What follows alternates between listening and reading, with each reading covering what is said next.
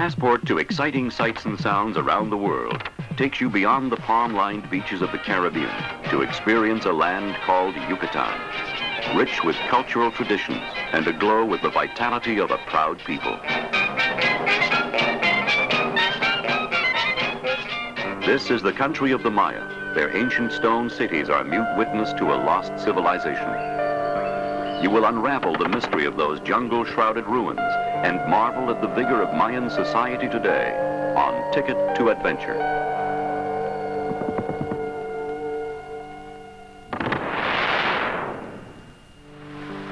He is called Akin, Lord's Son. At night he moves beneath the earth, masked as a roaring jaguar cat. By day he becomes Itzamna, the kindly father of learning and science. A Jekyll and Hyde god, worshipped by a chosen people. The Maya, children of time. For more than 4,000 years, they have lived here on a giant limestone peninsula, jagged-edged and wet with the surge of the green Caribbean. "Where are you from?" asked Columbus in 1502. "From a certain province called Mayan."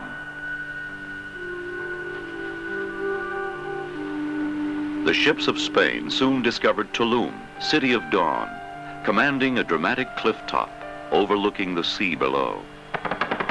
There were many houses of stone, very tall towers, and then a city so large that Seville would not have seemed more considerable. The ritual and costume, the exotic feathers, the carved obsidian dagger of sacrifice, the heavy scent of copal rising before bloodied stone altars lured and shocked the Europeans. But the Maya of Tulum clung desperately to a way of life that was doomed long before the arrival of Columbus. For the grandeur of classic Mayan civilization was already a vanishing dream from the past.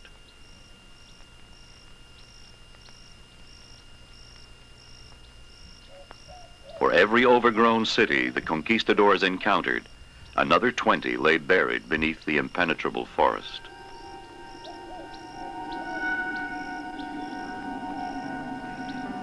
The Maya had already watched their way of life collapse long before the Europeans arrived. In fact, their priests predicted the conquest. "Receive your guests, the bearded men, the men of the East."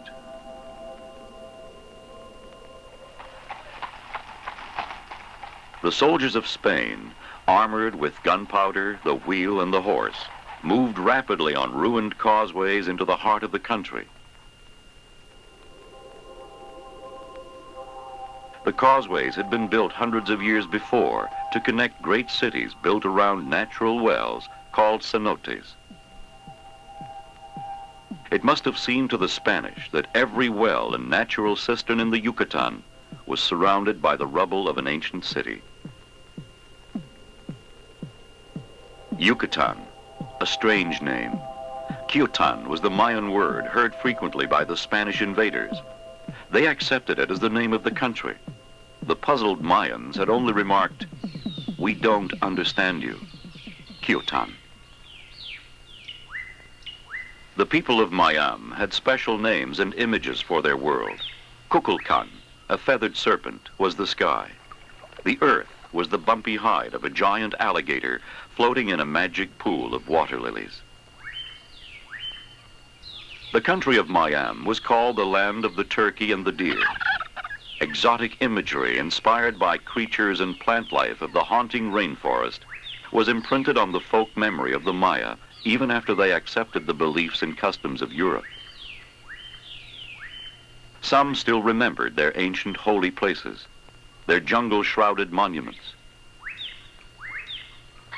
and took the occasional white visitor to gaze on the mysterious shrines. In 1844, Frederick Catherwood published his watercolors, the result of a 5-year excursion into the Yucatan Peninsula. His companion, John Stevens, wrote a travel diary, and the world rediscovered a lost civilization.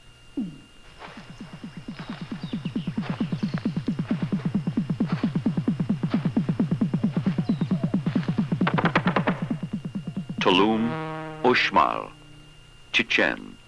Fascinating names of romantic places appealing to Victorian fancies. Everyone wondered who built those curious ancient cities. Were they seafaring members of the lost tribe of Israel, or Phoenician sailors washed ashore thousands of miles from Tyre? Or were they survivors of a crashed space capsule sent from another planet? Catherwood and Stevens never believed any of the theories that their work stirred up. They knew that the cities were built by the ancestors of those very Maya who still live here to this day.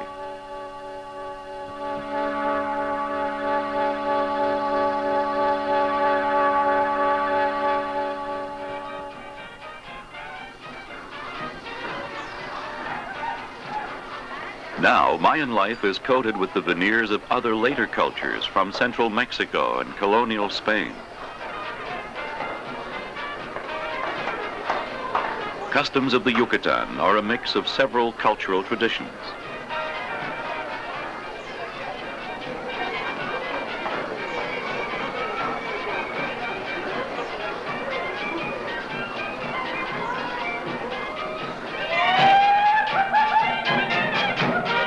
This dance may have Spanish origins, but the costume is of the country, and the language still heard in the household today is not Spanish, but the clicking glottal sounds of the ancient Mayan tongue.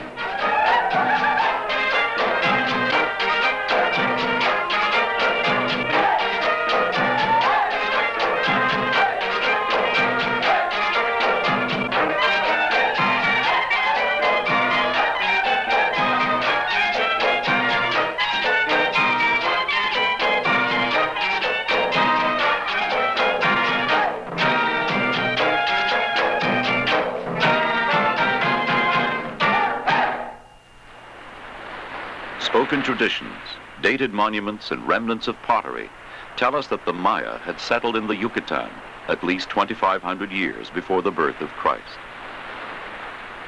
Cancun, the new city of the Maya. Modern design, but still built in the old way, with stone, wood, and palm thatch. The Yucatan is still a land apart, even in modern Mexico. The population is still predominantly Mayan. There are 2 million today, the largest surviving group of native peoples in the Western Hemisphere.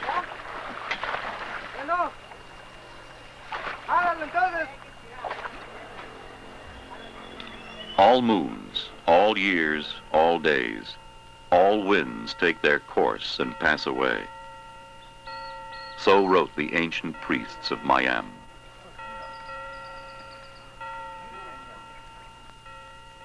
Classic features carved in stone. The alert eyes, prominent nose, and dignified bearing that you would have seen in town and field 1,000 years ago are still the pride of the Yucatan. The market in the capital city of Merida, built on the foundations of the Mayan city called Tahoe, is alive with Mayan dress and habit.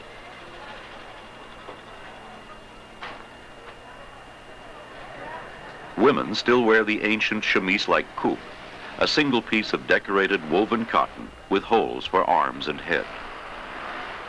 A stole is draped over the shoulders. Ancient fashion and modern dress mingle in the Yucatec capital, colorful accents to enhance pretty faces that take their share of whiplash reactions from the passerby. Some things change. In ancient Mayan society, although women took part in important civic affairs, they were not allowed inside a temple. The market and the home were their privileged domain. Mayan society, ancient and modern, is built around the family.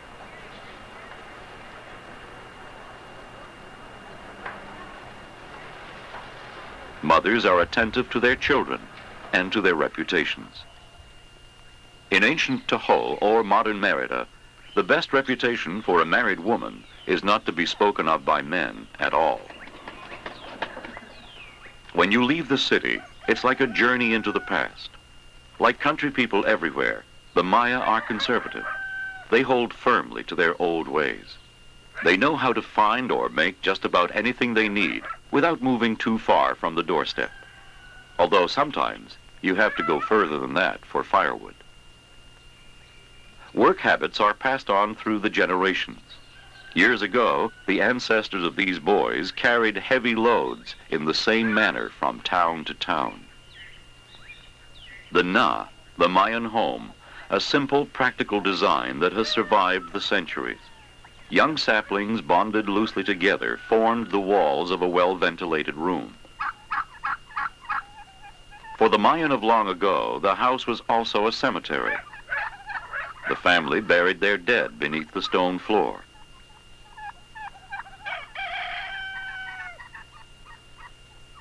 The large oval shelter is raised on a rubble stone platform and covered with a thatched roof of fresh palm fronds.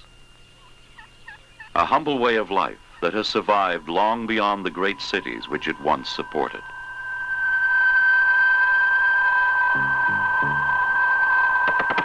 Pillar and pyramid, decaying enigmas in stone, stand today as evidence of the death of a great civilization. How did it happen? Specialists in language, history, and art, all master sleuths skilled in analyzing evidence, have yet to solve the mystery. Chichen, capital of the Itza tribe at the time of the Spanish invasion, was already a city in decay. Yet 3 centuries before, the peninsula of Yucatan supported 12 million people.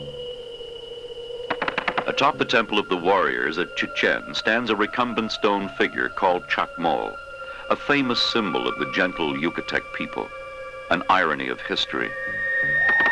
He saw the flashing knife and the bloody offering placed on the stone platter, supported by his upraised arms. Chacmol was the altar stone for human sacrifice in the final days of ancient Mayan.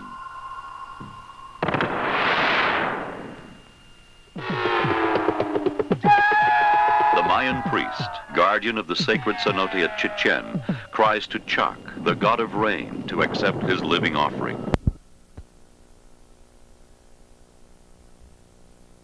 Their weight, making a great din. At the end of the day, a rope was let down. When the women regained their senses, they said that many persons were down there who had welcomed them warmly. JOCK was carved as an old man with an elongated hooked nose. Geometric tears hung below his eyes.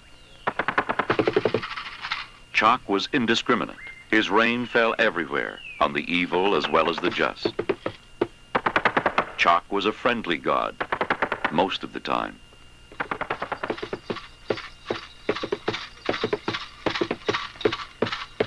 The Maya worshipped JOCK more than any other god. They held festivals in his honor. In return, he gave them rain, usually on the schedule calculated by their priests. With that knowledge, the Maya knew when to plant, when to harvest. Each farmer could raise enough corn for a dozen others. Those others, the aristocracy, had time on their hands, time to do great things, to invent music and arithmetic and design great cities. This is Uxmal. It was founded over 1,000 years ago, a glittering jewel in the crown of Mayan achievement. The Spanish conquistadors called this great quadrangle the nunnery. They thought it looked like a convent. Whether school, seminary, or household of the ruling dynasty, we can only surmise its ancient use. It was designed by master architects and built by the back-breaking toil of thousands of slaves. Across the main plaza at Uxmal, rising on its own lofty pyramid, guarded by a 2-headed jaguar, stands the finest pre-Columbian building surviving in the Americas today. It is so magnificent that the Spanish believed that only a governor could have lived here. They called it the Governor's Palace.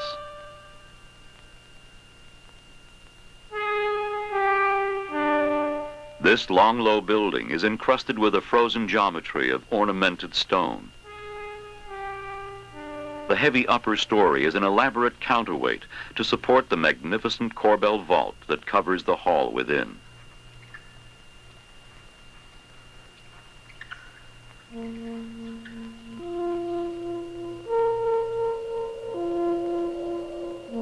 Uxmal was not a city in the modern sense of the word. Most of the people lived outside the central area in thatch-roofed oval huts, clustered haphazardly in the shadow of their temples. They came to Uxmal for celebration, for worship, to partake in human sacrifice, and to enjoy the ball game, Pocketok. Pocketok was played in every city of ancient Mayan. It was played at Chichen, in the most magnificent ball court of all. Pocketok was religious ritual. It was played for keeps. The game was a fertility rite, and blood, the very essence of life, must spill at the end of the game. Soccer is a national craze in modern Mexico, but Pocketok for the ancient Maya was much more. It was a matter of life and death. Imagine a hot afternoon 2 centuries before Columbus. 2 7-man teams push and shove to gain the ball. Spectators, feet dangling over the wall, gamble, yell, and cheer their favorite. The priests and nobles watch the stone circle high above the court. 1 score means death for the losing captain.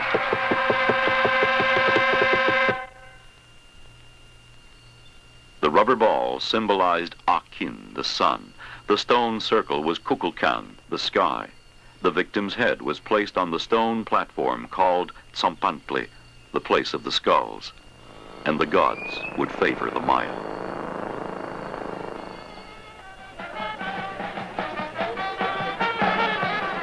Blood sport is still popular in the Yucatan today. The Maya have developed their own version of the bullfight of Spain. They have a quickly set up arena, bands and fireworks, and brightly dressed matadors, all leading a retinue of smiling hucksters.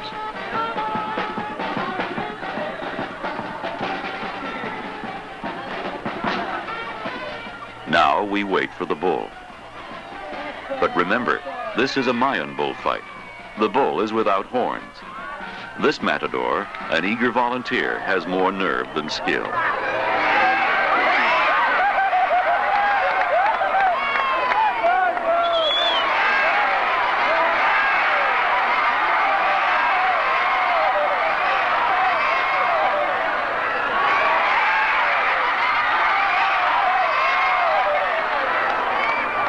The winner takes a bow, while his opponent, sadder but wiser and a little bruised, is helped to safety.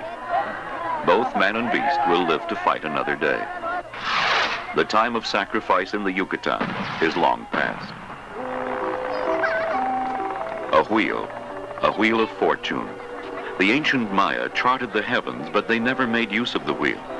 Was it an oversight? Their calendar was a round disk, and they saw time's passage as a repetition of cycles. There was a cycle of sun and rain, of birth and death, feast and famine, war and peace. Measured was the time in which they would know the sun's benevolence. Measured was the time in which the grid of the stars would look down upon them, and through it, keeping watch over their safety, the gods, trapped within the stars, would contemplate them. And Mayan priests from buildings like the Caracol of Chichen would contemplate their gods in return. The Caracol, or snail as nicknamed by the Spanish, was a giant 3-dimensional calendar. The sun casts its shadow through fixed openings to map the days on the walls within. The Maya were fascinated by days. They saw them march perpetually forward and backward in time. Their shortest count was 0. Their longest count was Alwatun, 23,040,000,000 days. Their solar calendar was more exact than the Gregorian calendar that the world relies on today. Akin was the sun's daily passage from east to west. Kin was written like this. 20 kins made a month. 18 months plus a 5-day wayeb made a tun, the Mayan year. 20 years comprised a Katun. 8,000 years comprised a Pictun. 3 million years comprised a Kinkultun. Tun means stone. When the wheel is whirled at great speed, it appears solid as if at rest. There is no beginning, no end. The Mayan priests were mesmerized by time. If an era could begin, it must also end. They became filled with a sense of doom and predicted the end of their own world.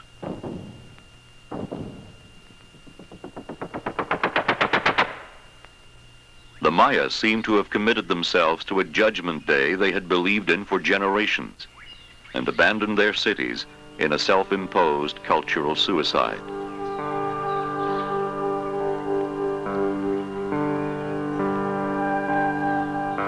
Eat while thou hast bread. Drink, thou hast water. On that day, dust possesses the earth. A blight is on the face of the earth. On that day, a strong man seizes the land and things fall to ruin. On that day, the tender leaf is destroyed and the dying eyes are closed. 3 signs are on the tree, and 3 generations hang there. On that day, the battle flag is raised, and they are scattered afar in the forests. Waves of Toltecs and other highland people reoccupied some cities, blending their warlike ways with the native Maya. But the great civilization never regained its former prosperity. With the arrival of the Spanish, the cities of Mayan were abandoned to the forest or buried beneath the zócalos of new colonial towns. A few Maya hid from the invader, praying and burning incense before images of strange mortals transformed by their imaginings into gods.